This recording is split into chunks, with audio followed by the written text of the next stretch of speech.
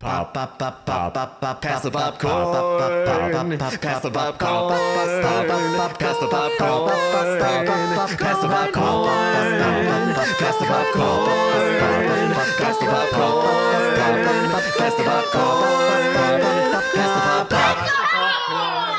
Welcome to Alternate Ending, where we're discovering good movies, one bad movie at a time. I'm your host, Carrie Jarasinski, and this is Pass the Popcorn, where we assemble to talk about the good, the bad, and the ugly of what we've been watching. And today, I'm joined by two of my favorite film friends, Tim Brayton and Brennan Klein. I am going to take you designating us as your favorite film friends as an implicit way of admitting that you think that the show is better with Rob having weirdly drifted away from it. You know, I'm just trying all kinds of things, and it took every ounce of my being not to just say Brennan and then say that I made a mistake and I only meant one. But it's November. This is Thanksgiving. So this starts the month where I try to refresh and bring kindness back into my life. God, I can't do that. That's December for me. That's a strictly Christmas thing. Oh. This is sort of my Fat Tuesday where I just need to really wallow in being a giant dickhead to everyone.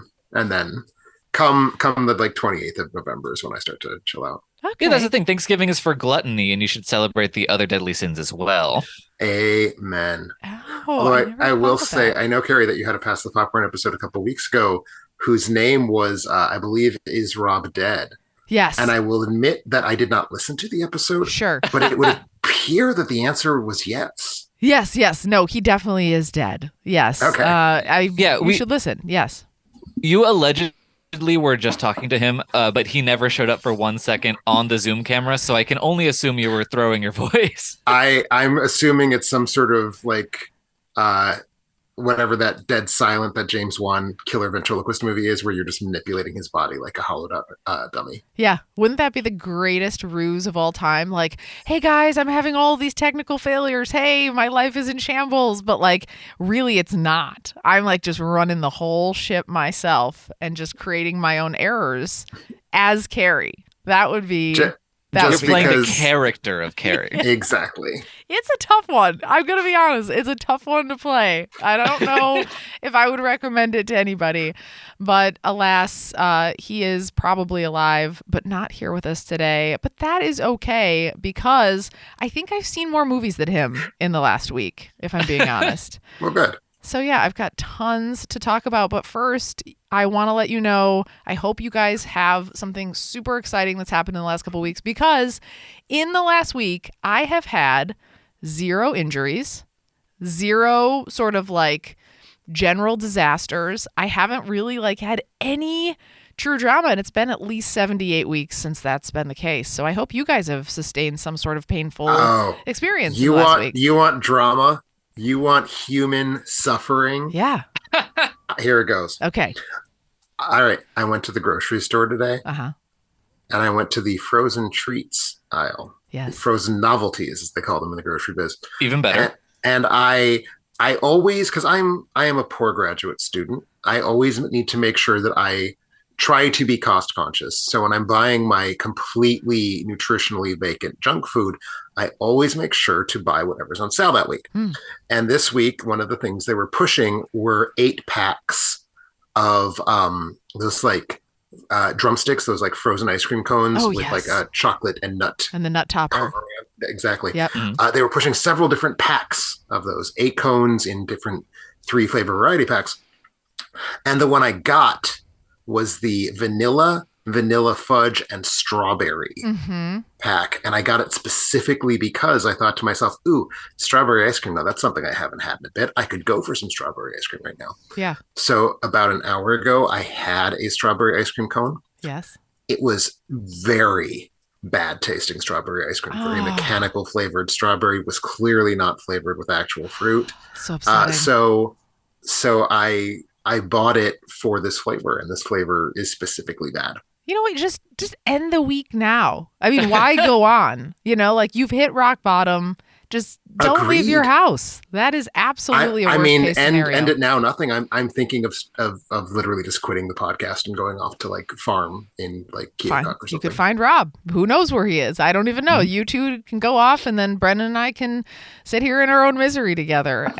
Yeah, But no, we've podcasted together before. It's we always have- a blast. It I'm is down. actually really fun. So, Tim, I mean, I'm not Oh. suggesting anything, No. but Brennan is really nice to chat with. What happened to Thanksgiving? Oh, right. I forgot. I thought we were pushing it off until December. No, Now- that's my thing. I thought your thing was to Oh. be nice. Shoot. Okay, let me pivot back. The better a week Carrie has, the meaner she's going to be, I think. I It think would so. appear that way. I think it is. When I'm at my all-time low, I'm just looking for sympathy. So, alas, I'm coming for you. I'm coming for you on this one. Okay. Brennan, can you top the disaster that is a bad strawberry ice cream cone? I'm gonna try, and this will be my audition to be Carrie's permanent like solo co-host. So basically, I have a boyfriend. His name is Ben. He comes up sometimes. One thing that does not come up is that he has the world's worst tolerance to spice in food of any kind. Like, it's deeply embarrassing. I am one of the whitest people I know, and he is like 10 times worse than me. He is every joke you read of like a white person walking into a restaurant and going, "Oh, this menu is kind of spicy." Like, he just cannot handle it. I put like one more flake of pepper in a meal once than was called for, and he couldn't eat it. So it is a dramatic time to be his mouth.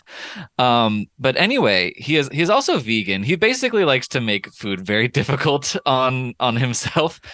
But he's doing it for environmental reasons, Sure. and I support that. I applaud that too. But anyway, so I've been wanting to eat more Indian food just in my life as a private goal of mine. Mm-hmm.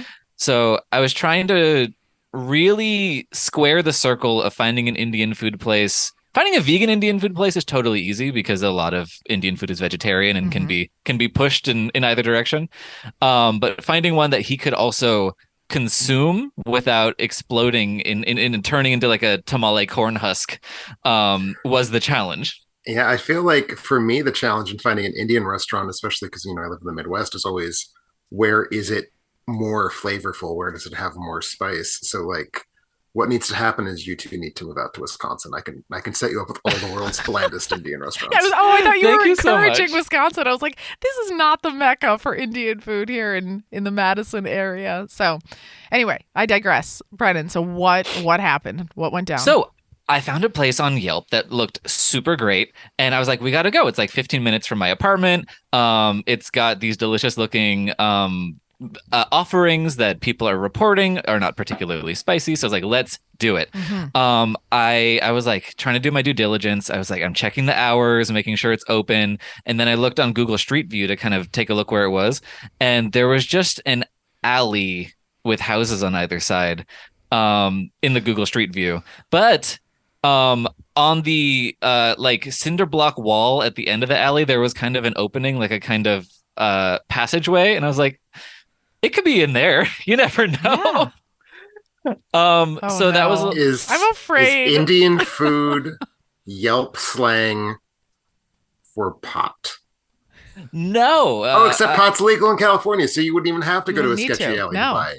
Oh yeah, no, What? I could literally walk in any direction from my apartment, and within 5 minutes, I could buy pot. I know where this is going, and keep going. Keep going. Well, I don't know that you do, because when I entered the address into Google Maps, what showed up was a Quest Diagnostics. oh, that's not what I was thinking. No. So, and then I called the restaurant, and the phone wasn't hooked up. So I placed an online order without paying. I selected, pay at the restaurant, later. and just kind of Smart. went just to see what would happen, just Yeah. as an experiment. So we ended up where the maps took me, which was in the parking lot of a Quest Diagnostics. We just kind of drove the perimeter of the building. And if you aren't familiar with Quest Diagnostics, it's where you can find out if you have STIs, you can find out if you had COVID 6 months ago or currently have COVID. It's a very handy place, think but I've it been there. typically isn't known for its fine dining. Yeah. But as we rounded the back of the building, we saw a little like kind of sandwich board sign on the sidewalk that said "Cafe this way," that pointed into this dark hallway of mirrors, basically. Oh gosh. So we walked in, and that's where the restaurant was there, and it was really delicious, and it was great. But it was just on the first floor of a Quest Diagnostics, and it was really alarming every step of the way. But now I know it's there, and now I feel like a true denizen of my city. And how did it go? How was the Indian food received? Like, it was the spice levels. How did that all go? The spice level on the thing that I ordered was too much for him, which was exactly what I needed, so he wouldn't eat it. But what he got was good for him.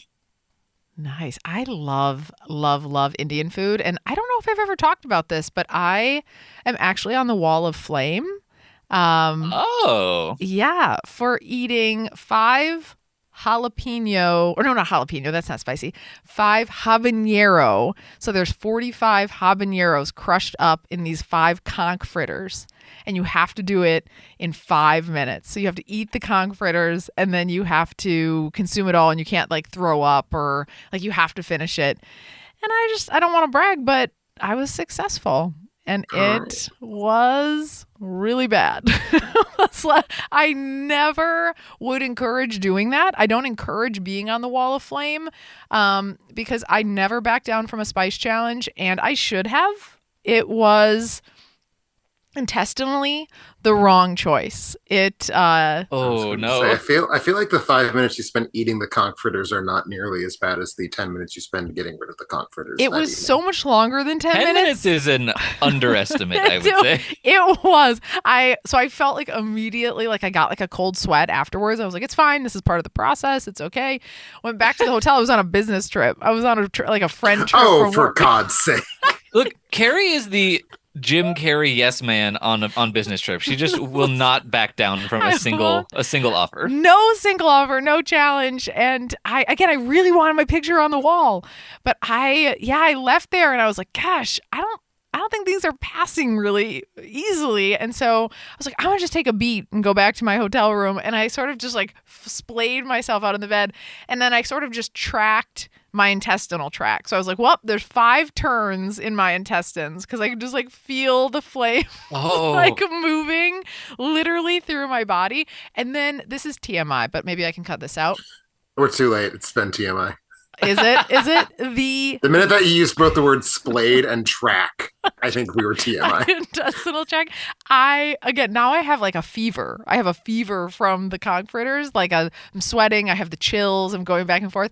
But here's the thing: the impending fear of what was going to happen was like the worst experience of my life. Because I was like, if it hurts so much now, what if I just like completely blow out my bottom? I was like, what would I do? What if I burned my bottom?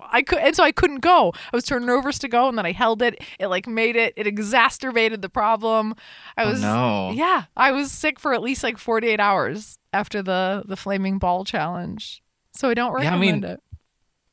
You never know. Like, what if you cauterized your colon and just couldn't go ever again? That's what I was worried about. I laid there thinking about that the whole time. I was like, what's happening in there? Like, again, I was very conscious of all the moves that were going on, and I'm going to tell you, the outcome was just as terrible as I expected.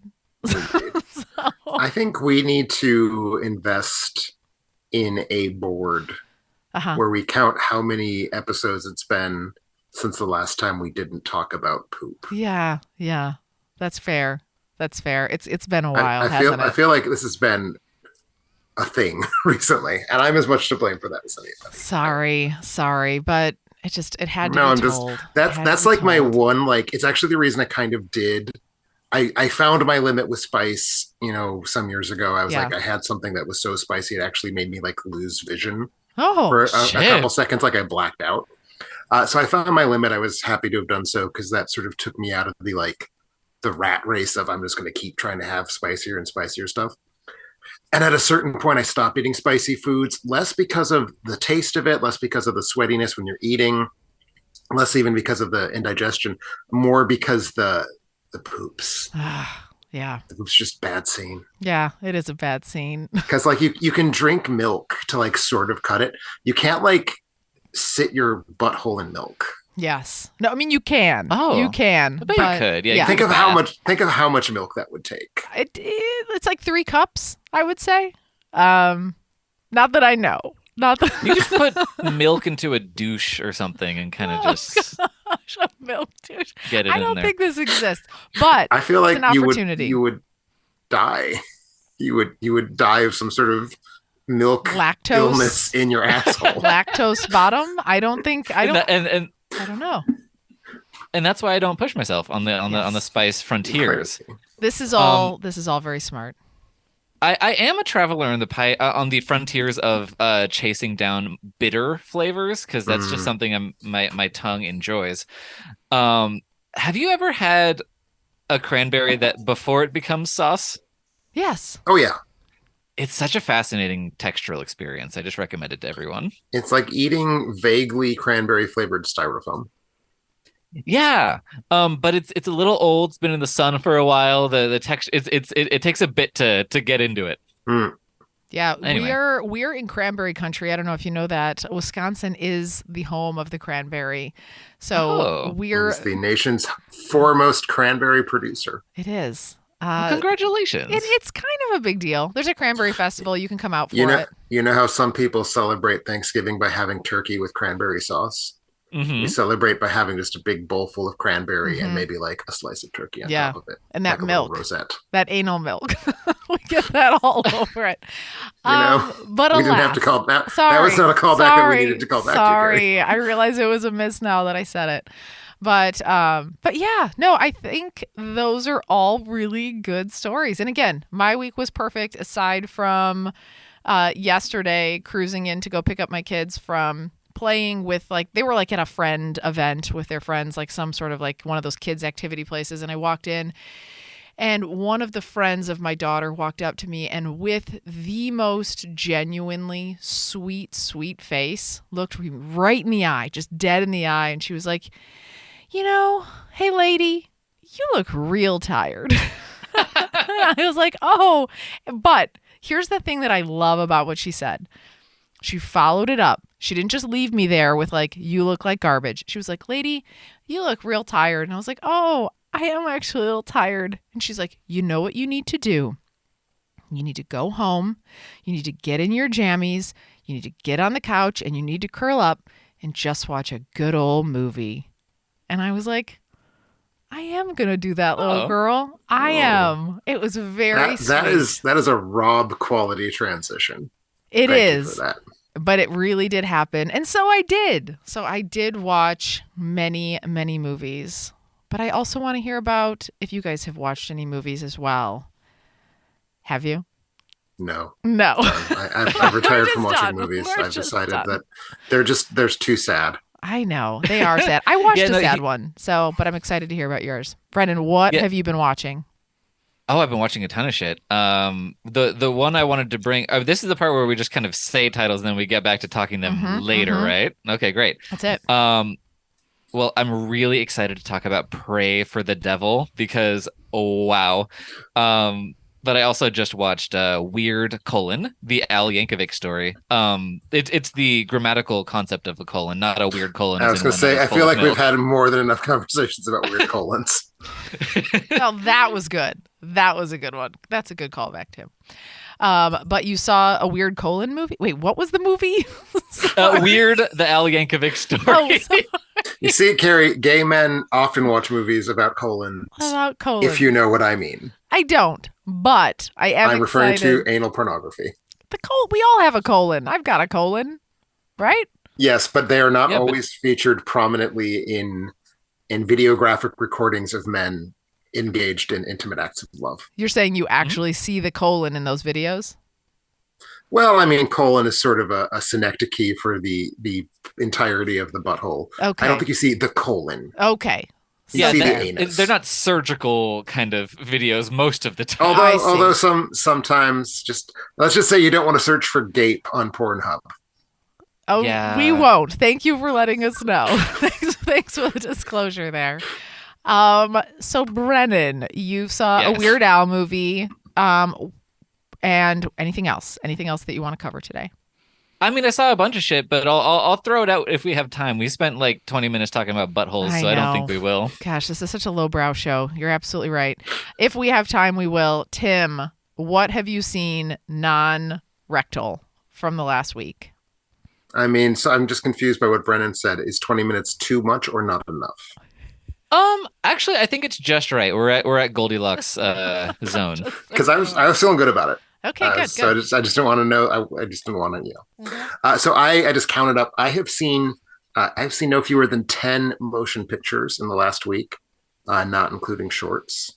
I'm gonna bring a couple specific ones to the table. I will be bringing a Patreon request. Our Patreon Kellison Dale asked me to watch and talk about the 1987 The Brave Little Toaster.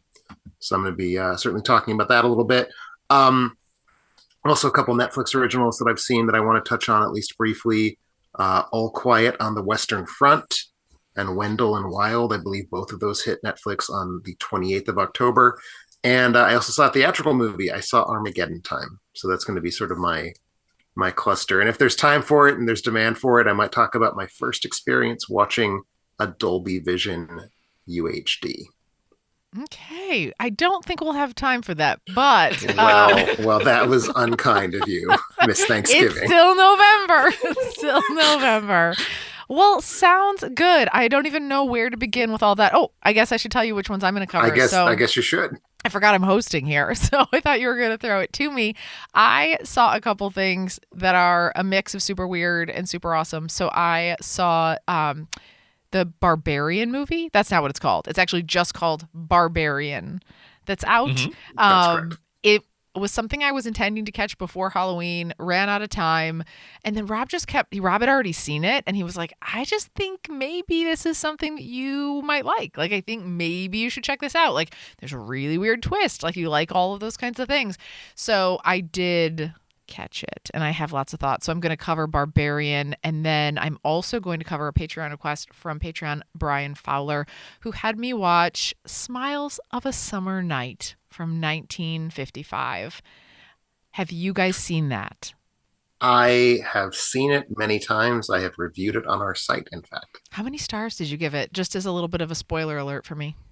I gave it a bunch of stars. I would have guessed that you did, and I'm really, really excited to talk about it. So I think I know. Oh my gosh. Okay. Carrie. We'll get there. So Well, we're so sad. no, it's a happy. That's a Bergman, right? That's It's what a we're Bergman. talking- It's the funny Bergman. It's an Ingmar Bergman, Yeah. not an Ingrid Bergman.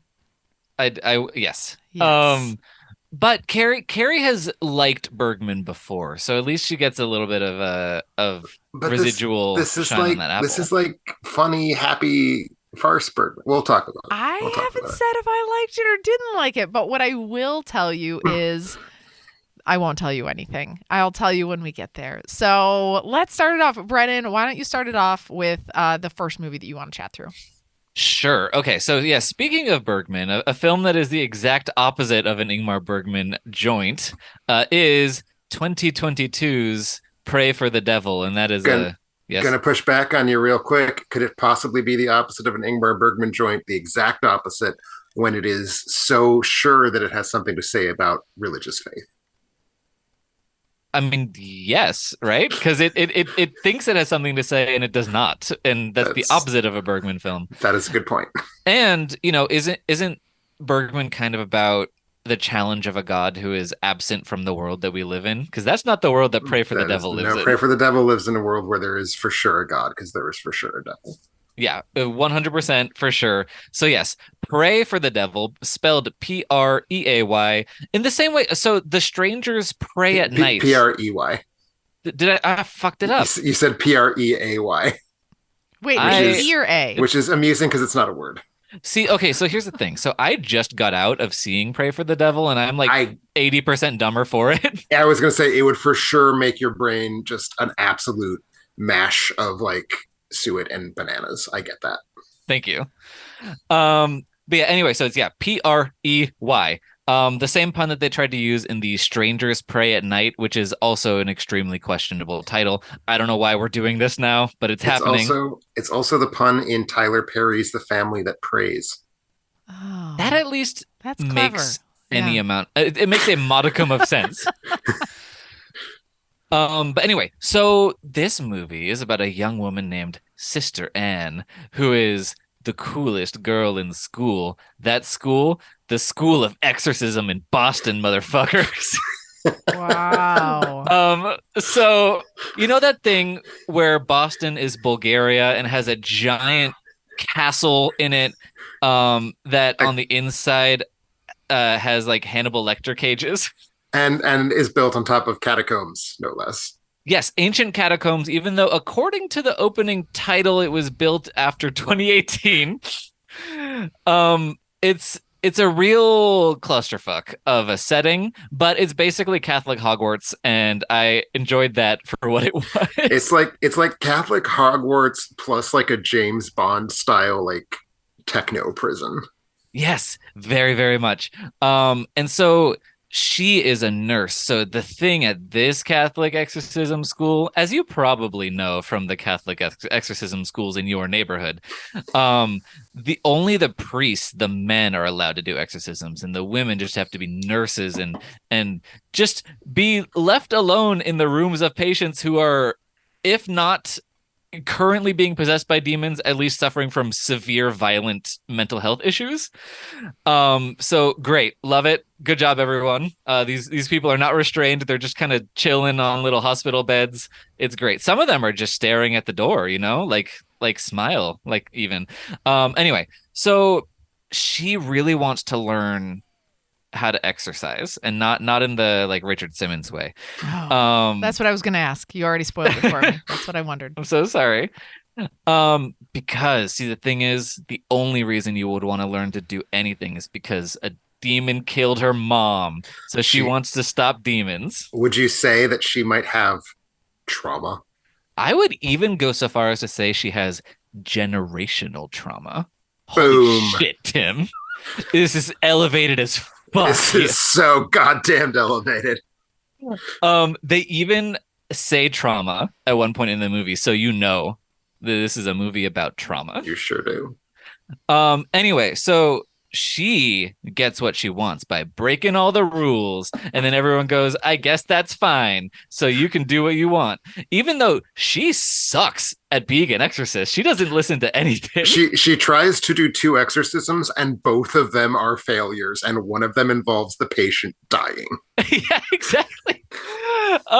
It's so wild because basically, so here's the thing. So there's the rule that women can't be exorcists, and it's like, yes, okay, that's the rule that you break and that you rail against. But then there's the rule of don't let the devil distract you from the exorcism, because he will try to break into your soul and use your guilt and shame and pain to get into your body and destroy you.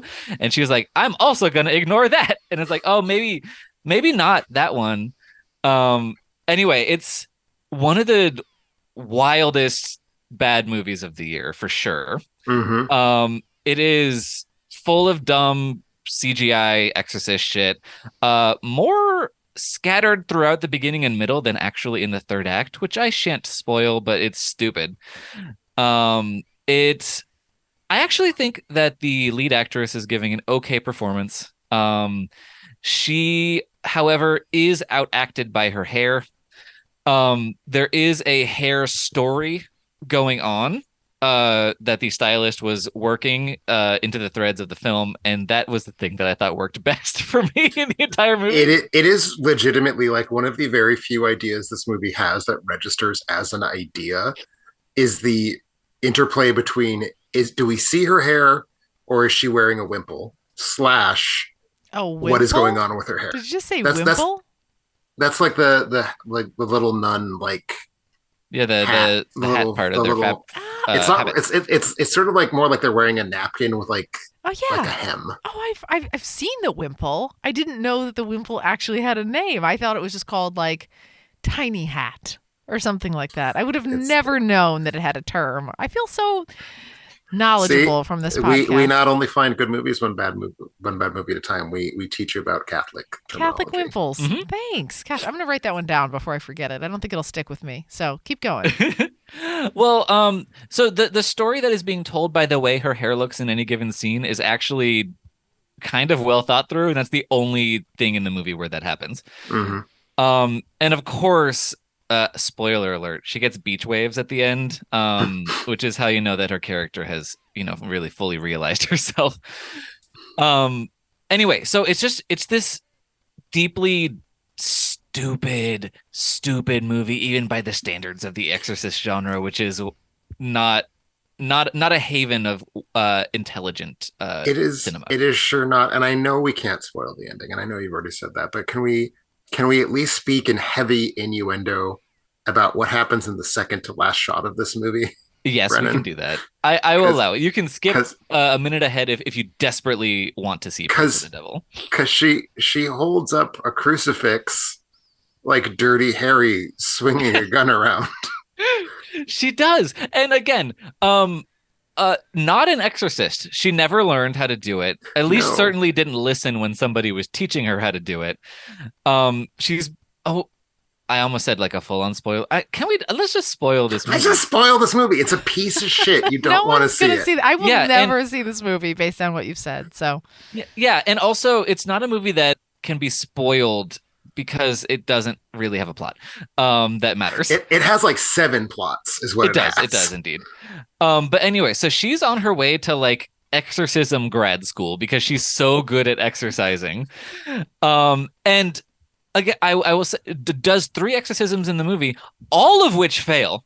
One of which she goes on full on Father Karras in The Exorcist and takes the demon into herself and kind of accidentally stumbles ass backward into surviving that situation. And they're like, "You're the best we've ever seen." Well, I don't think it's an accident. They very clearly established that the catacombs have a wading pool full of holy water, and she very deliberately waited until she could fall into the wading pool of holy water and drown before she took the demon into her body. Very well, she didn't. She took the demon into her body like a full hallway away that from is that. Correct, and then the demon me. teleported her behind a locked gate to get to the holy water. Oh God, I forgot about the locked gate. That's right. Yeah. Also, there is a character in this who becomes a quote unquote major character by the end of the movie in that he has lines and does things in the third act, but you wouldn't know it from the entire first half of the movie where she just glances at him once every 20 minutes and he just kind of wiggles his eyebrows and then leaves the movie. Are you talking about the sexy Latino priest that she like flirts with? Yes. This movie is a really, I mean, it's weird because this is clearly like X-Files-esque, like you want to watch our 2 hot young exorcists like banter and flirt. And it's like, also it's a nun and a literal priest. Yeah, so that's a little wild. And also it's like, okay, maybe if we're trying to be a little licentious, a little like, taboo busting, because also she has signed up to be a nun despite hating rules of any kind. So and clearly, despite having been the mother of a child born out of wedlock. Yeah, exactly. Well, that's the thing is that what we've learned from this movie is that anyone who is a nun or a priest has terrible crimes to hide. Yes. But yeah, so fuck, what was I gonna say? It was something dumb about the movie, so it could have been anything. It's honestly everything that you've already said, I think, covered it. I've not even thought like this is like the weirdest jumble of a plot that I've ever heard. That's the thing. Like you go into the movie and the movie's telling you this is going to be like a girl boss. She's going to fight the structure to become the first girl exorcist. And then the movie runs out of that plot. And then it's like, well, I don't know. What if it turns out that it's actually about like her dealing with the trauma from her mom? Yeah. And then runs out of that plot. Yeah. And then it's like, well, what if we just give her a backstory midway through the movie where she had a child out of wedlock and it's not the 9-year-old girl who's just in this school. Wink, wink. Now is it? Which is the most insanely badly telegraphed twist. But it just like keeps trying out new plots because it gets bored with the ones it has going on. So if you're talking about it, it has to sound like a jumble. It's a very bad movie. Yeah, and then the thing I was going to bring up is the kind of vignette interlude that is incredibly anti-abortion in this like really wild and repulsive way. Yep. Which is the most Catholic part of the movie. I mean, that's what's weird about this. It's both very, very Catholic, like in a sense where I don't know if you could possibly find any of this interesting if you are not also Catholic. And at the same time, it feels like it was written by somebody who has an extremely loose understanding of what the Catholic Church is. Is this maybe like a Kirk Cameron movie, potentially? Actually, yes, because he has a very low understanding of Christianity. Yeah. This is very true. Could be. Fact check me on that. I think it might be the case. This movie sounds terrible. This movie sounds like a worst case scenario and one in which we should all avoid. And it feels like you're excited. Both of you are kind of excited talking about it because it's so horrible. But I can tell you that nobody that's listening will ever see it. So you've done us all a service, and I appreciate that. You are incorrect. The second we opened our mouths about it, I think 4 people added it to their Letterboxd watch list. I suspect that I could name individual persons who have added it to their watch list. Just pure gluttons for punishment is what they are. Then that sounds awful. Can I talk about one that I thought was going to be worse than the one that Brennan was talking about, but then I realized it's much, much better. There's no such thing as a worse movie. Yes, exactly. Right now. Right now, in this moment. So I caught, like I said, the most recent Barbarian movie. I guess there's not so many of them. The latest Barbarian movie, yes. Barbarian movie from Zach Kreger. Is that his name? Sounds right. Does that sound right? Okay. Again, Rob was like, you got to watch this. This is just weird enough to be up your alley. Like, there's just enough elements that I think it's a maybe for you. And so right out of the gate, I'm going to tell you what this is about. I know you guys have seen it, but for listeners, I'm going to tell you what it's about. So this gal, her name is Georgina Campbell in real life. I don't know what her name is in the movie, but in real life, it's Georgina. What's her name? Tess, yeah. Best character of this entire movie, hands down, for me. She comes in. This is like super relatable. Pulls up to an Airbnb, pouring down rain, walks into her Airbnb, and there's a bit of a situation. It's not a spoiler to say there's somebody else there. It feels like it's a bit of a snafu on the booking.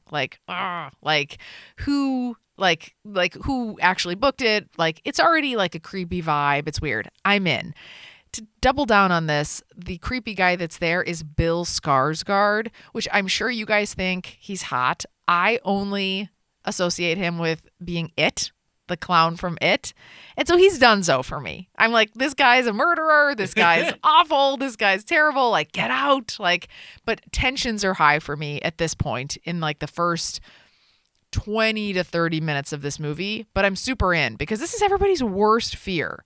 So it starts off with that, and then it takes some turns. It takes some turns from there. So it starts off with that, and I wish for me that it would have stayed on the atmospheric, creepy vibe of just truly having to like shack up with a rando in an Airbnb and the horrors of that, rather than it pivots, and I won't go into it because this is the spoiler, like last third of the movie, it goes into there's more to the house than the clown from It.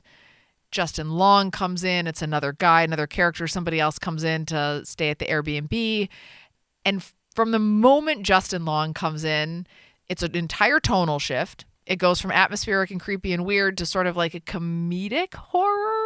Like, I'm curious on your guys' perspective on this. It goes to like kind of a comedic horror, but then it gets kind of like gross and weird and over the top in a way that like I don't think worked for me in the last like third. So that's where I'm at with it. I'm still totally down the middle and mixed because I like bits and pieces of it. I thought it was creative. I actually thought some of the twists were truly twists, and I did not expect them.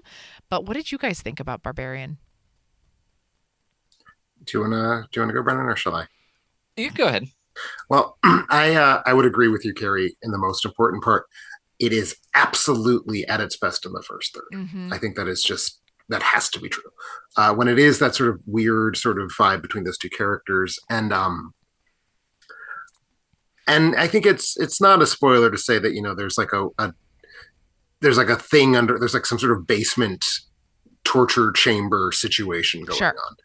And I still am with it up to that point. Like, I'm literally the first third. Me too. And I think there's an extremely clear point where it ceases to be the first third. I do like the middle third least, for sure. Yep. And I do agree with you. I think it's trying to be comedic. I think it's trying to be satiric, and I don't think it has Yes. any idea how to be satire.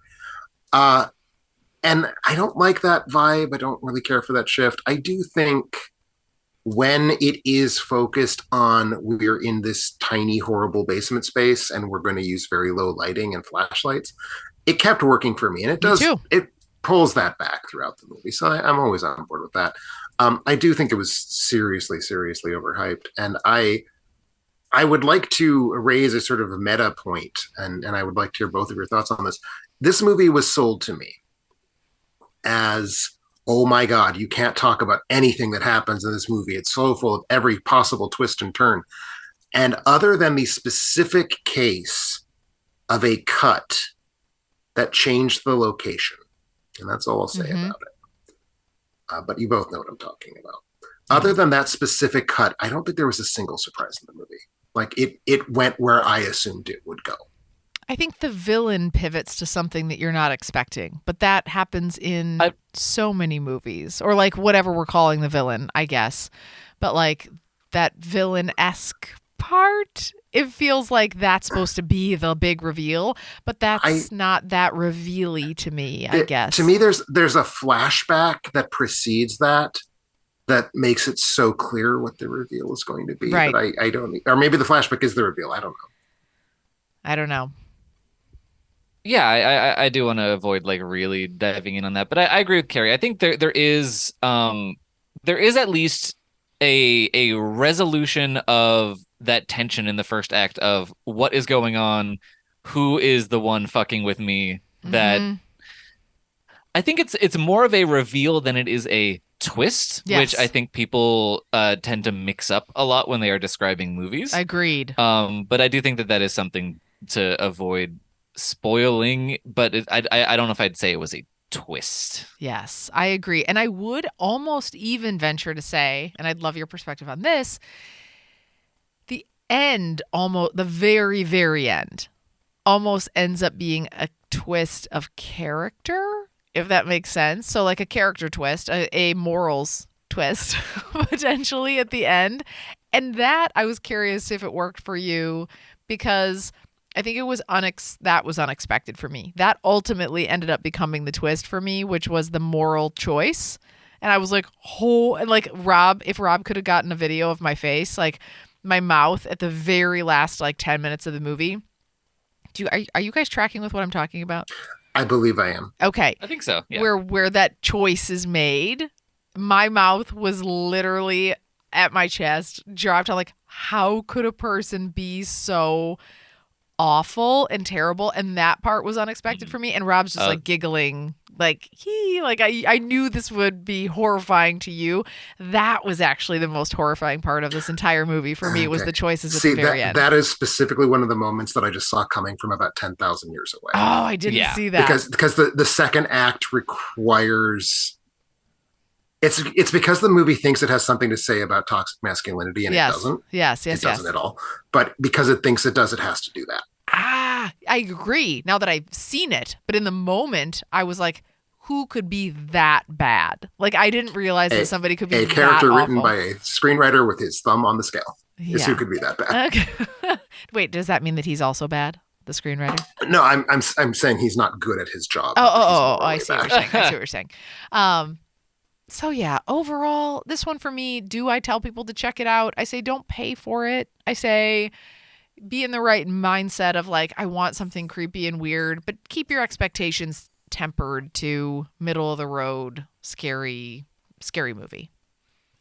Yeah, I gave this. Go ahead.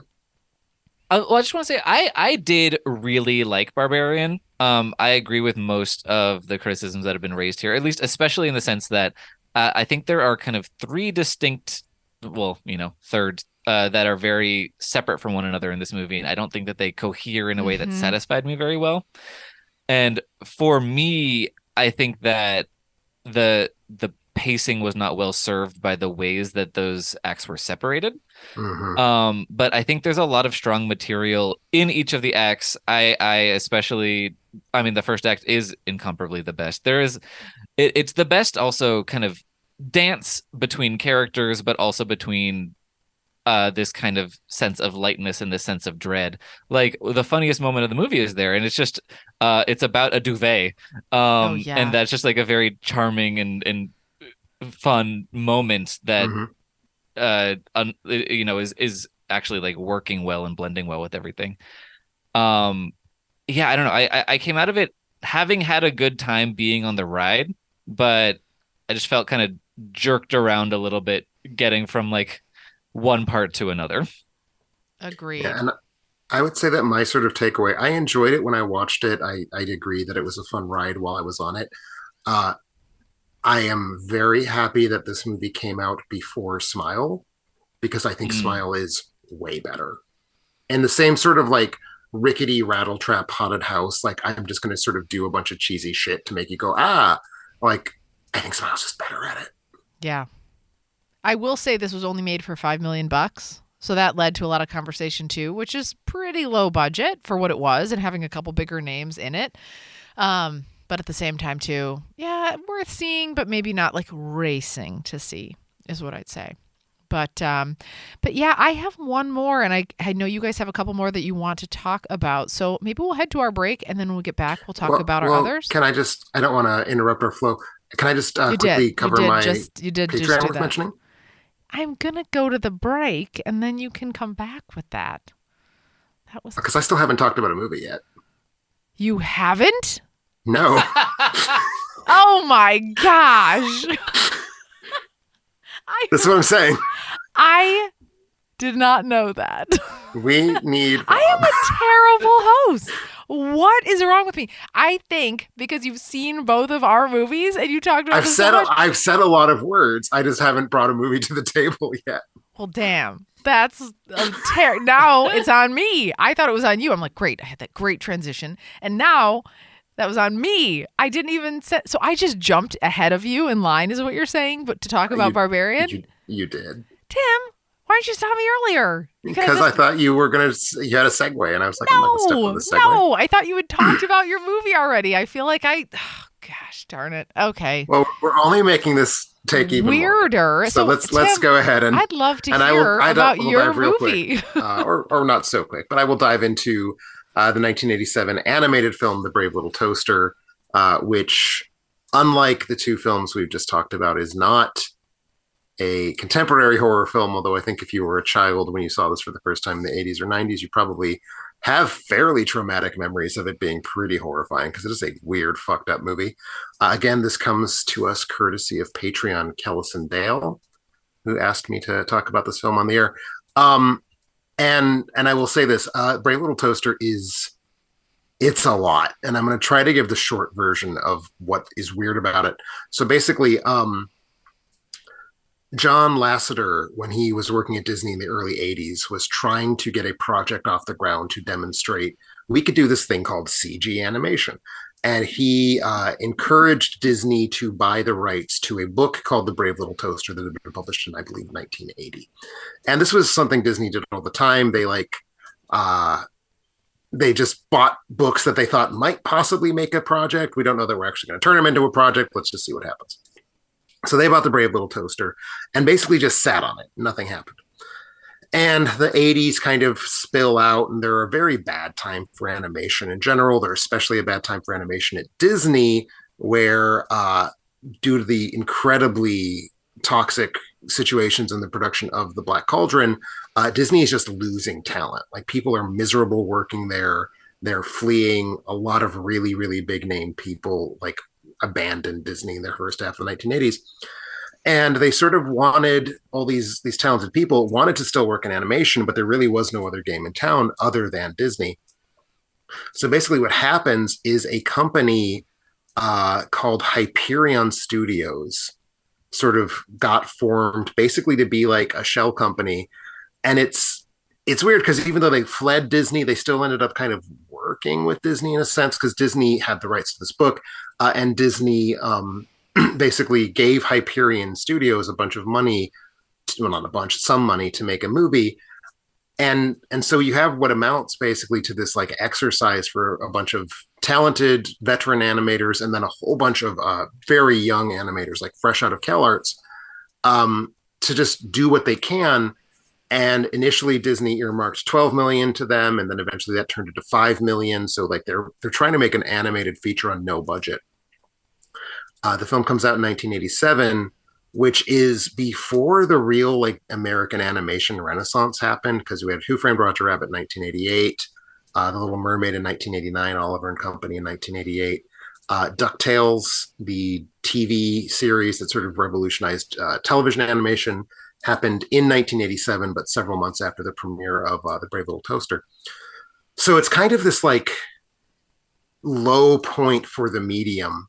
And they're trying to make a film on very little budget that can compete with like not just what's out there in the world, because nothing really is out there in the world, but like the memory we all have of Disney at its best and Looney Tunes at their best. So that's like the backstory of this movie. It's this really like unusual moment in animation history where you can have all of these super talented people basically just like desperate for work and willing to sign on for this super, super cheap project that doesn't really have a studio even that exists. Like Disney is probably going to end up distributing it. And Disney did distribute it, but like it's this kind of weird indie project. In fact, it didn't premiere at Sundance, but it played at Sundance. It was the first animated feature to ever play at Sundance. So that's like where we get to The Brave Little Toaster. The movie itself is this just strange, fucking weird, disturbing travelogue. It is very clear that the script has been written by people who are animators and not like screenwriters, really, because it makes no sense. It doesn't hang together. But basically, you have 5 appliances, and they are a toaster, a brave little toaster. There's a fridge, voiced by Deanna Oliver. No refrigerator. There is a the fridge. Refrigerators we see are all non-sapient. Okay, that's fair. But so we have a talking toaster voiced by Deanna Oliver, a talking vacuum cleaner voiced by Thurl Ravenscroft, a beloved, long-standing voice actor, a talking radio voiced by John Lovitz right before he joined Saturday Night Live. So this was like sort of the immediate pre-stardom version of John Lovitz, a talking desk lamp voiced by Timothy Stack, and a talking electric blanket voiced by a child actor named Timothy Day. And so these 5 appliances who have been abandoned by their owner, who's like this 9-year-old boy who would come, they're like stuck in a summer home in the woods. And so they haven't seen him for years. So they're like, we're going to go find him. We're going to like go on an adventure to the city to find our master. And it's this sort of weird, like proto Toy Story situation. And so they leave, and along their journey, they basically just keep encountering these horrifying terrors. Like, oh, look, the appliances are all going to fall into the mud and drown. Oh, look, the appliances are all going to be thrown off a cliff and fall into a waterfall and drown. Oh, look, the appliances have been captured by this guy who like harvests parts out of appliances, and he's going to like rip them up. That's the open horror and, one. Like, that's a horror version. I don't know if I've told you, I've seen all of these. I watched these as a kid. You've seen all 3 Brave Little Toasters? And I have the books. I still have all of them. I have not actually seen either of the sequels. I've only seen the first one. I've seen them all. I'm going to tell you, don't ask me to recall anything. I haven't rewatched them recently like you, but do you recall that they're horrifying? No, I think I Pure loved them. unabashed nightmare for you. No? I think as a kid, again, this probably has shaped the horrifying adult that I am today, but I think I loved the desk lamp. I think I actually really liked the Brave Little Toaster. Do you love when the desk lamp is going to try to sacrifice himself by being electrocuted in a lightning storm so he can recharge their battery? Yeah, I mean, it felt risky at the time. To be clear, when I was a child, I adored this movie. That's what I'm saying. But I grew up to become an adult who has like this obsession with chasing extreme content because I can't feel feelings unless I'm watching like really like New French Extremity type shit. And I'm the other extreme where I'm like, you don't anything. like the New French Extremity. No, but it still makes me feel feelings. You're right. true. You're right. I like high tension. I like high tension. quite a lot. Meanwhile, I'm like, why isn't everything just cute little toasters running around? Like the world. Remember how the far toy too toaster extreme. tries to save the master by flinging itself into gears, and it gets like shredded by the gears, and like we see it like being wrenched apart. Yeah, they were trying to reflect the fact that things aren't always perfect in life, but at the same time, you have to Well, they're accept not that. perfect because they are deeply bone chilling and filled with body horror. I agree. I have all of. Would you like the paperbacks? I have all of the paperbacks for the Little Brave Toaster, the Brave Little Toaster. I'm sad. You have it already? I don't plan on reading. Oh, okay.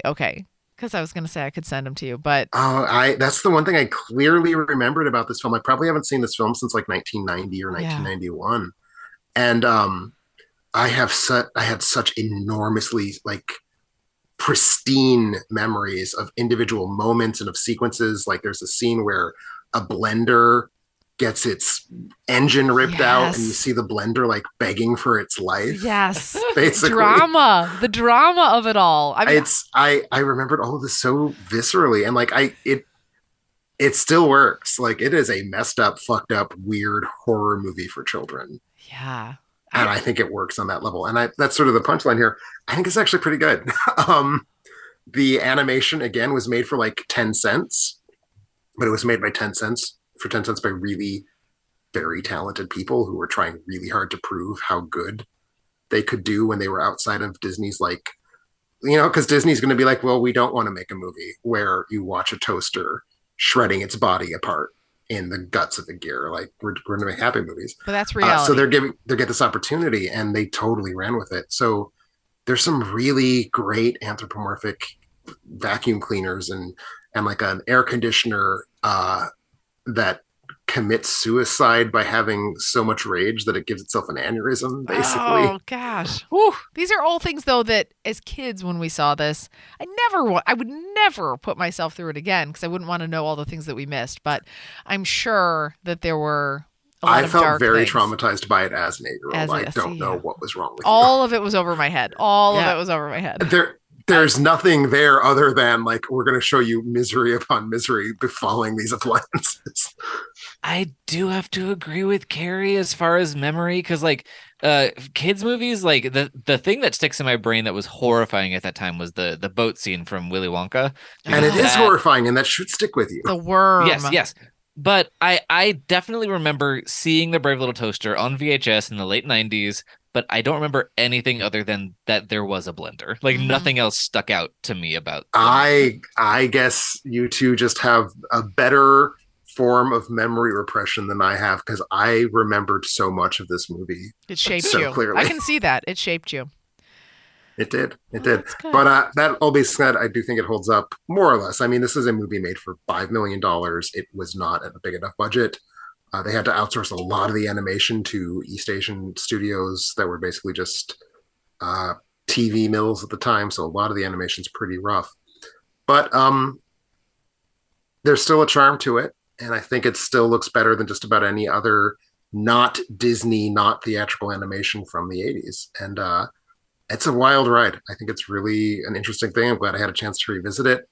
So thank you, Kellison, for giving me that opportunity to discover that I have traumas deeper and more terrifying and eldritch than my co-hosts. We know where it all starts. Yeah, and you'll have to exorcise a demon out of a little girl in order to get over them.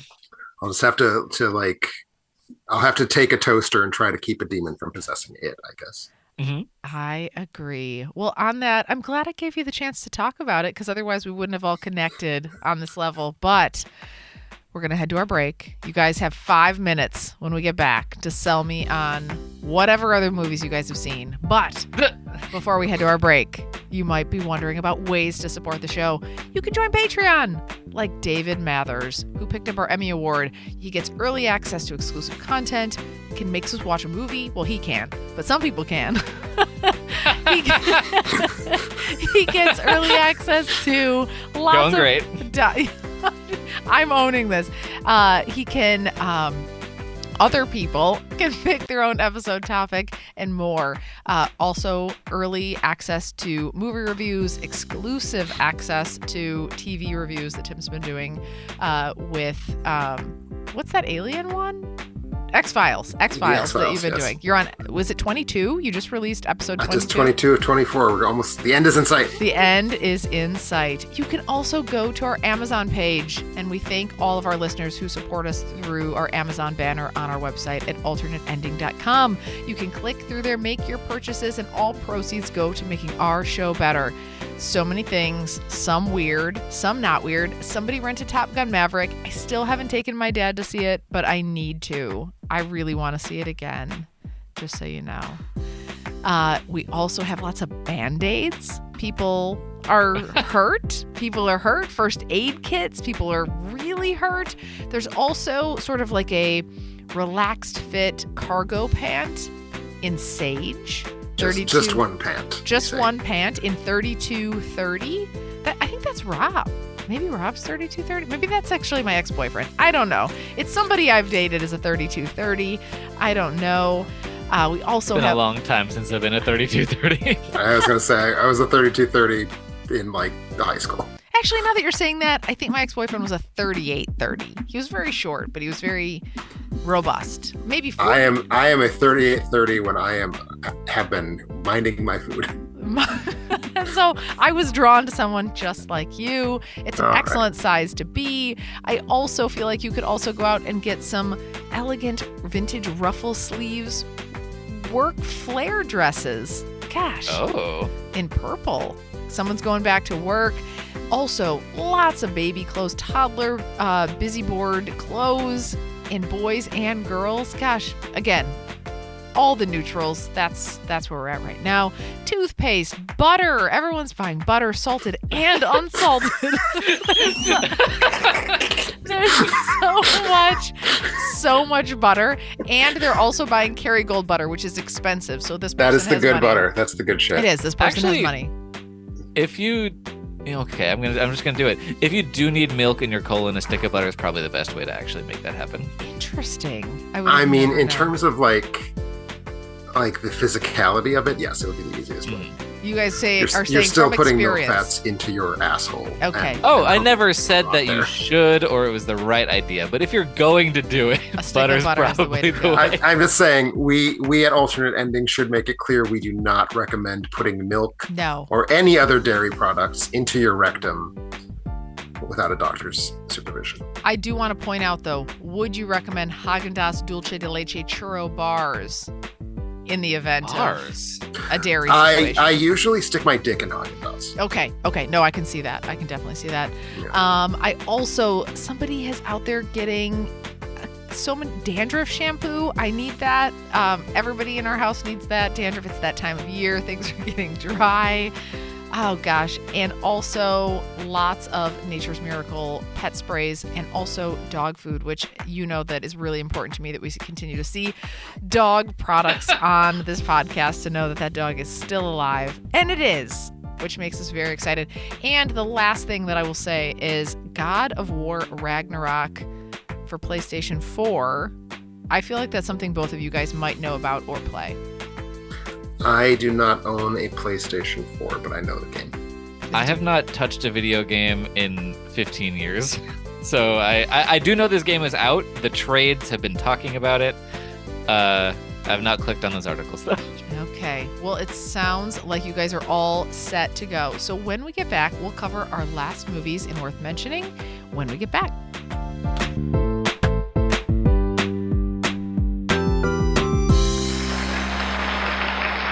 And welcome back to Alternate Ending, where we're going to tell you a little bit more about movies we've been watching because we have so many this week. Very little. I have one movie I need to talk about because I do think, Tim, it's going to be one. I think this is our Fanny and Alexander. Do you remember the last time we talked about that? And I didn't hate it. You love it. We connected. We decided that if Rob were to ever die, which he might be, that you and I would run off together. And I think this might be another moment that we can talk about that. I'm going to throw it out there.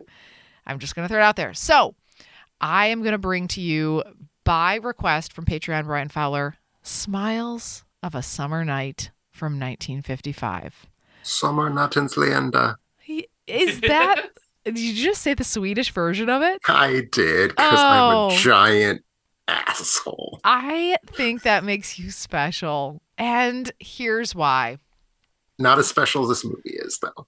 Is it? No, so it is. I need to talk to you about this movie. So unexpected. So unexpected. So, for those who don't know what this movie's about, let me tell you. There's some old people.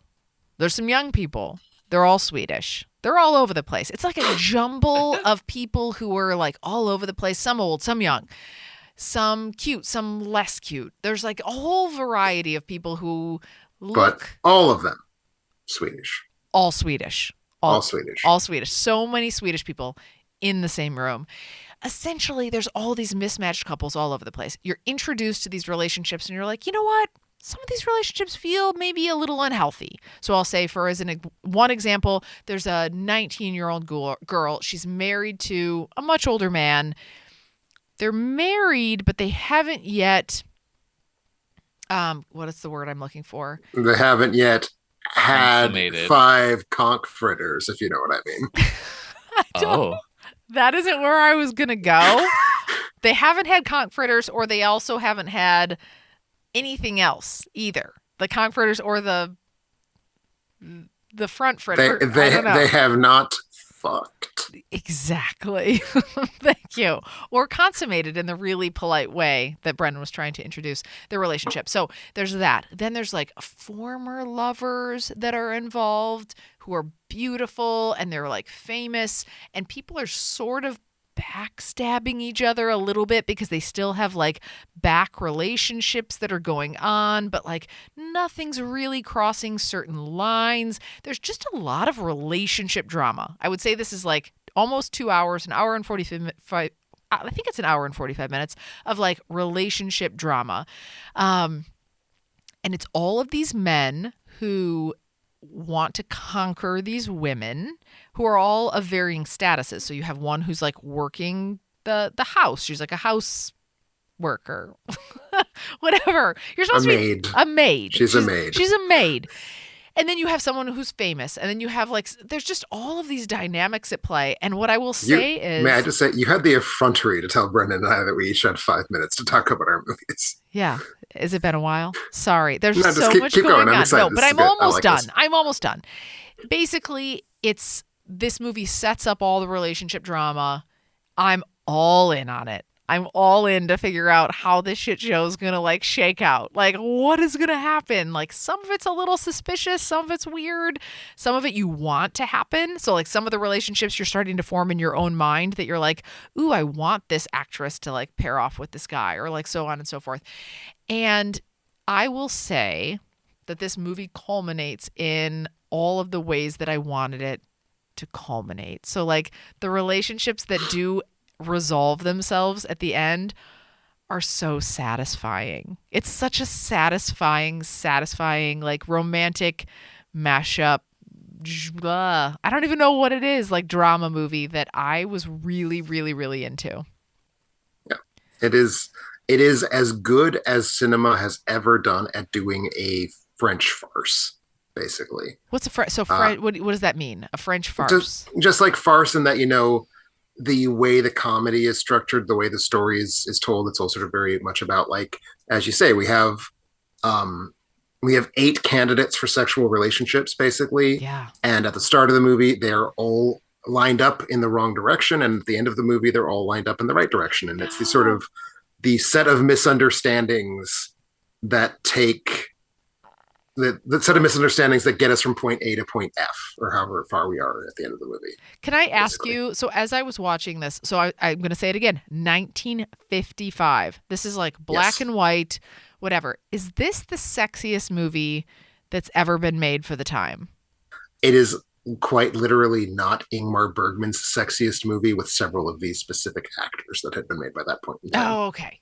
It felt a little sexy. It's definitely sexy. Yes. It's just he made sexy movies. That was his like thing in the 50s. I was into it. There was a lot of like, again, I'm gonna say this. I don't know if this is something I can say on the air, but there was like definitely definitive side boob.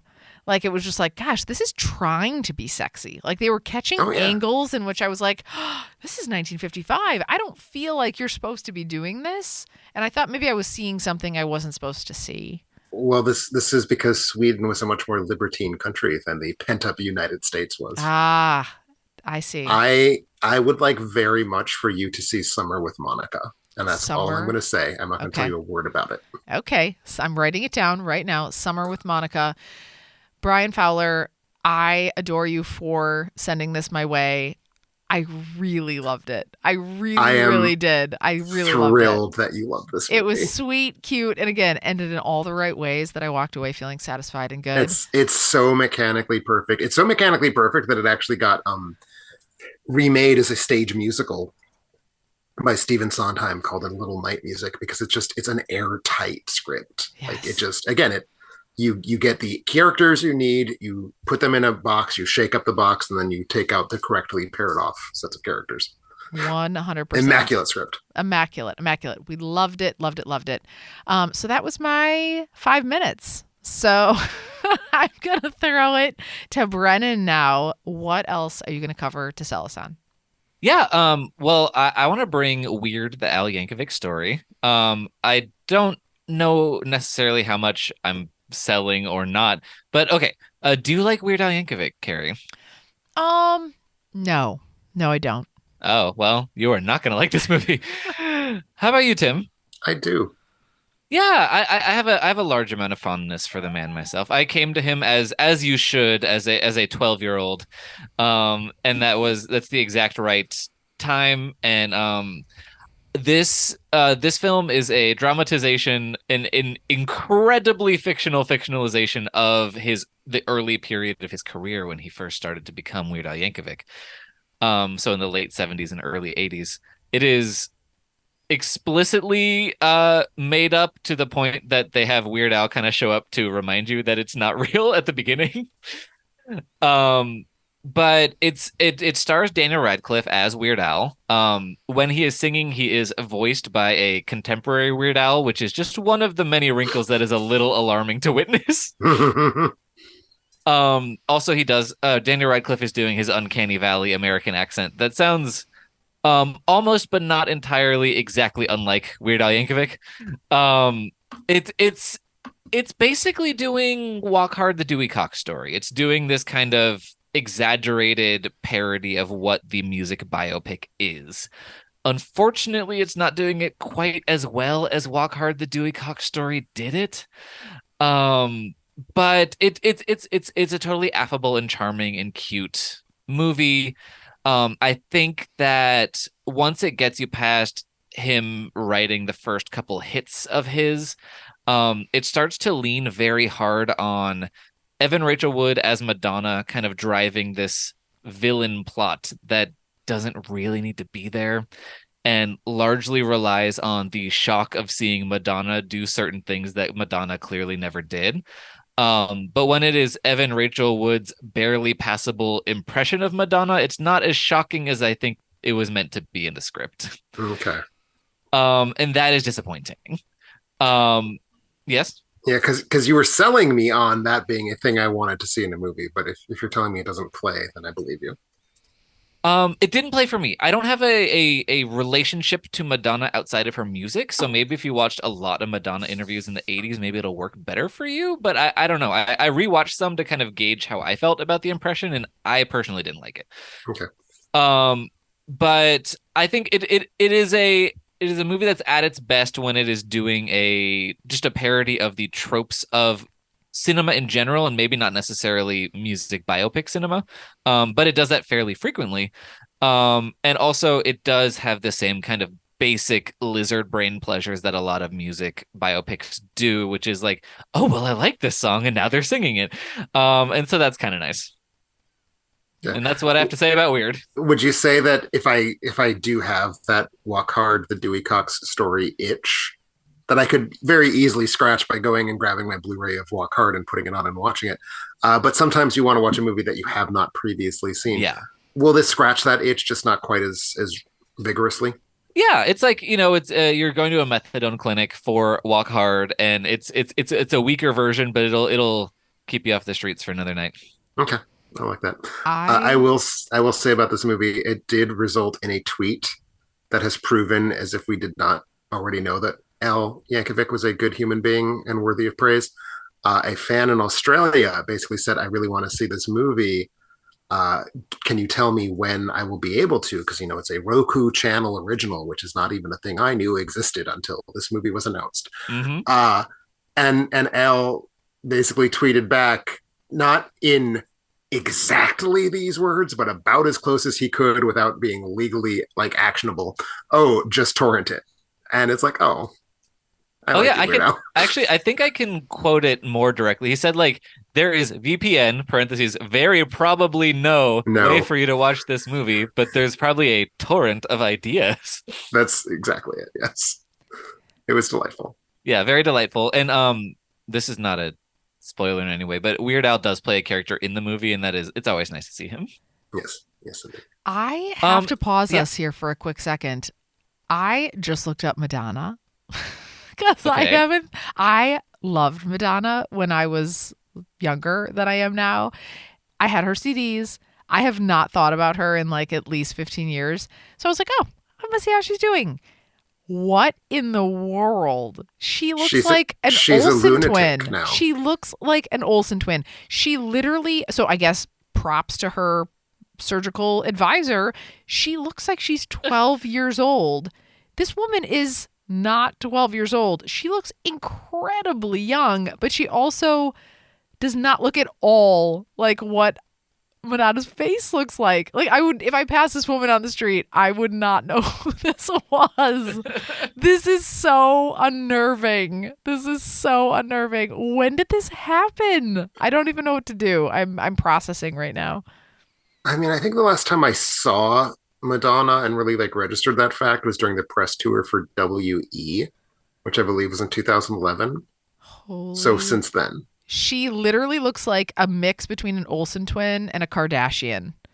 Like a blonde Maybe that's Kardashian. what she wanted. Maybe you're judging her for getting exactly what she hoped to get. I'm telling you, she looks amazingly 12 years old, but it's so unnerving because I know she's 65. I don't even know how old she is actually, but she's much older than I am. She looks amazingly young. I just can't. I'm having an event right now just looking at her Instagram page because she looks so young. I just can't even. I need to call her. I need to be like, who are you working with? I need somebody I need your anyway. Sorry, I digress. I was a Madonna fan. So I can get on board with that. Holy moly. Anyway, well, thanks for sharing. You're welcome. Look up Madonna. Let's not skip Tim now, though. Let's not say I was never going to do that. Tim, you're so important to me. Were you not? I was not. You're so important to me. I would also love to. You are in so many ways. I would love to know your thoughts on Madonna as well as what other movie you'd like to chat about. No real thoughts on Madonna. I like some of her songs. I don't like some of her songs. I think she's a flagrantly bad film director, and I admire her for refusing to allow that fact to interfere with her willingness to make films. I'm also very impressed that she's choosing to produce her own biopic. I think that is a cool thing that more people should do because it is wildly egotistical in the way that I want of my celebrities to be. Yeah, and also that is kind of the Madonna bread and butter. That is the thing. I am, maybe she did this because she wants to play herself and she knows that she looked too old to play herself as a child. So she's just going to get work done so she can play herself at all stages of her life. Ooh, I would watch the hell out of that movie. I would absolutely watch the hell out of that movie. Speaking of that, have either of you heard about this movie, Aileen? Yes, I cannot wait to watch Aileen. I want to see that so bad. I have access to it. I haven't watched it yet. I think it is a wild idea, and I'm very excited for it. Do you know this idea, Carrie? No, I'm still looking at pictures of Madonna. So Aileen is this unofficial biopic of Celine Dion, starring the same actress as every version of Celine Dion from 8 years old to the present. I would watch that. I really would. It sounds bold and very French. Yeah. No. Yeah, and So they Celine Dion did not give them the rights to directly adapt her life. So the character is named Aline Dieu. Um, but they did license several Celine Dion songs. So it's Aline singing Celine Dion songs. And I believe at the beginning there's a disclaimer that says this is based on Celine Dion's life. So it's all very mixed up and confusing. Holy It's like moly. I said, it's French. It's whatever else is going on. It's French as shit. So It won a César. it did. It absolutely did. Should I talk about my movies? You should. And you know what I'm going to do? I'm just throwing this phone across the room because it's like a moth to a flame right now looking. I was going to say, Madonna I feel has no like I thought eyebrows. you were going to kick it over to me and you're watching Madonna. I am. I was looking. She has one where it's just like no eyebrows. Like it's like basically an Olsen twin. Stop with no body shaming Madonna. My God. No, again, look at me. I have no eyebrows either. I'm just saying Okay. she's intentionally done this. These are choices. I'm saying if you think that Madonna looks like you, that to me is body shaming. That harsh. That is harsh. Harsh. But As true. I said at the start of the hour, it's not December yet. It's not December, and it's You harsh but true. forgot me. It's harsh but true. Tim, You what waltzed right over me when I was going to talk about the Toaster movie.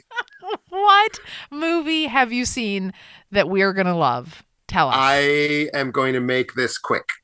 I promise. So I'm going to quickly talk about the two Netflix films I've seen, both of which, as I said, premiered on the same day in late October. Wendell and Wild, which is a stop motion animated film with a whole lot of CG.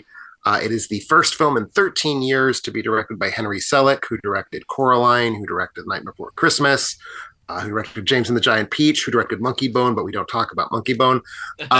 It is a story written by Selick and Jordan Peele about two demons who come to Earth to try and influence a real estate deal, and in the process help an orphan girl come to terms with the death of her parents that she caused, also while staking a claim against the private prison industry, which is to say it is a very, very messy film, like messier than Pray for the Devil. Honestly, it has so many plots. It has so many characters. It is very full of ideas. Also very full of ideas in the animation. It's moving constantly. All of the characters are these really elaborate, exaggerated caricature designs. I frankly found it an exhausting film to watch. I kind of did not like it, but it is a cool, brave, bold, exciting piece of animation. If you like stop motion animation, you have to see it. Not even a debate. I would still rather watch Coraline or Nightmare Before Christmas, but I am glad that Henry Selick got to make this. He's been trying to make this for a lot of years. It is certainly not a lazy film, and I respect that. Can you say the title one more time? Wendell and Wild. Wendell and Wild. Okay. Next, I'm just going to quickly talk about All Quiet on the Western Front, the third adaptation of the classic 1928 anti-war novel. The first one in German, which the novel was originally written in German, set in Germany during World War I. This is Germany's submission to the Oscars this year. Very good possibility it's going to get nominated. It's basically the story of a bunch of teenage boys who, very flush with patriotism and the desire to become heroes, sign up to fight in the war in 1914, convinced that they're going to boldly march towards Paris and destroy Germany's enemies, and instead discover that World War I is this just violent, bloody hellscape that chews up the lives of young men and turns them into horribly mangled corpses and whatnot. We've seen the story. I mean, this is every World War I story is basically the story, in part because the novel was so influential when it came out. I found this telling of it to be perfectly fine and not terribly interesting. It suffers from sort of three things. One, the acting is very flat because the writing is very flat. Like, I don't really get a sense of who these characters are other than they're fresh-faced young men who are going to be mutilated by war. Two, it has a weird score where primarily what the music consists of is this like 3-note synth sting. And it's kind of like the Inception Brahms, but instead of 1 note, it's 3 notes. It's very modern sounding. It makes no sense in this context. It's very distracting. 3, it has been color graded to hell and back. Not one single image looks real. They all look like they've been sort of shunted through a computer and turned into these really polished, I think terribly ugly digital images. That being said, it's an inherently powerful story. Like All Quiet on the Western Front just works as a narrative. So this would not be my preferred way to see it. I think the 1930 adaptation is by far the best version of this story, still, 92 years later. But this is the one that's currently streaming on Netflix. So if you just got a real itch to watch a super depressing 2.5-hour movie about young men being killed in war, here's a way to do that. How do you feel about that, Carrie? That sounds awesome. I'm going to add it to my watch list right after the rewatch of all the Toaster movies that you talked about earlier. And then just real quick, just to wrap things up, I also saw Armageddon Time, which I would ordinarily not even mention, except I already said it. So I just wanted to quickly say Armageddon Time really, really worked for me. I liked it not only more than I expected to, I liked it more than I kind of expect to like any other film coming out in the Oscar race this year. James Gray's newest film, it's about his own childhood. And it's very, very heavy, very hard movie about like sort of reckoning with your own relative amount of privilege in the world, both in terms of what you have that makes you more privileged than other people, but also some ways that you are less privileged than other people, and the sort of internal conflicts that happen to an 11-year-old boy as he's trying to sort of cope with all that. Really great stuff. Certainly not a fun movie, but more fun than All Quiet on the Western Front, because how could it not be? Yeah. Also, and that's it. That's it. 5 minutes. That's it. One quick question before we close out. Is this button here supposed to be green or red when we're recording? I will reach to the computer and I will strangle you to death with my hands. Because it's green. So should I have pushed that? I don't know. This is payback for the Madonna comment, okay? Sort of freak you out. That one hurt. Well, thanks for sharing all of these. I did record this episode, Tim, and okay. Well, I recorded my side, so I'm not recording it again. The good news we could just cut it down to me and Tim talking about Pray for the Devil and have a nice, tight, kind of 10-minute episode. That was 10 minutes. That was half a fucking hour. You're right. It was worth it. Don't blame me. Blame yourselves. But I really loved chatting through all these movies with you guys, and we'll be back next week. But in the meantime, thank you guys for joining us. You can go out to our social media page, Facebook, Twitter, Instagram, where we're messaging things out there all the time from Brennan. Is that what we're doing? We are. We're messaging. We're DMing people all the time. We're DMing people the latest. Yeah. Is the verb version of Instagram like gramming? Like what do you say when you post on Instagram? I think you're IGing. You're Instagramming all the time. I don't know. Brennan's DMing people. I think it's if the kids are probably posting on Insta. I believe the kids use TikTok. Don't they even do, get me but if you're started. Posting a picture of like a flower, you put that on your Insta. Yes, but if you're posting a 4-second video of a flower, you post that on TikTok. Exactly. Tim, don't even Or begin Snapchat. to try, Tim. You haven't been on Twitter in 7 years, okay? You don't even know. And I've never been on TikTok, and yet here we are. Exactly, here we are. You can also go out to iTunes, leave us a review. We love those. Have you guys heard that the new Hercules, the live-action Disney Hercules, is going to be influenced by TikTok? I don't know what that means, but I hate it. I agree with everything you just said. I refuse to get on TikTok for so many different reasons. And you can also join our Patreon as well. So next week we'll be back for our top 5 episode. And hopefully it'll be a one-man show with me. One-person show. So we'll catch you next time.